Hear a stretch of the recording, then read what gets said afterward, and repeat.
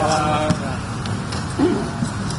Selamat siang semuanya. Assalamualaikum warahmatullahi wabarakatuh. Eh, Kami dari Nuranis 8 dan ini teman-teman semua. Saya bersama teman-teman ada Rerang Kuti, Antonio Danar, ada Wakil Kamal dan Raras Tejo, Lugbowo dan lain-lain. Sebetulnya banyak sekali teman-teman 98 yang masih berada dalam garis Nurani 98.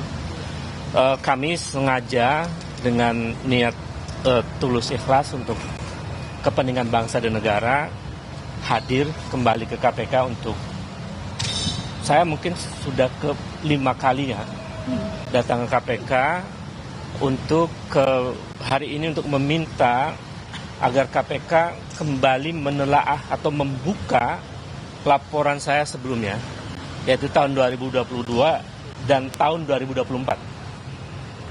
Karena tentang dugaan korupsi nepotisme dan tindak pidana pencucian uang yang dilakukan oleh Joko Widodo dan keluarganya.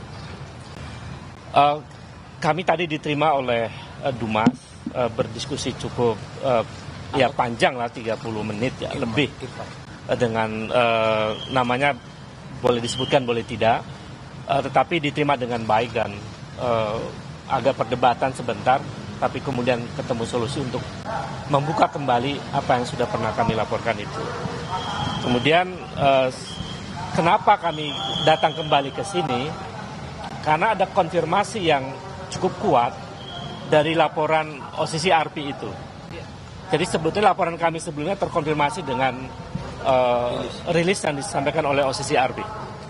Dan kami merumuskan seluruh narasi ini dengan baik. Saya bacakan dulu isinya dan nanti dilanjutkan oleh Bung Anmus Danar dan Bung Ray dan nanti kawan-kawan yang lain. Ini kami sampaikan kepada Ketua KPK. Perihalnya segera usut tuntas dugaan korupsi Saudara Joko Widodo dan keluarganya. Sebagaimana termaktub dalam Undang Dasar 45, bahwa setiap warga negara memiliki kedudukan yang sama dalam hukum dan pemerintahan, sesuai dengan pasal 27 ayat 1 Undang Dasar 45.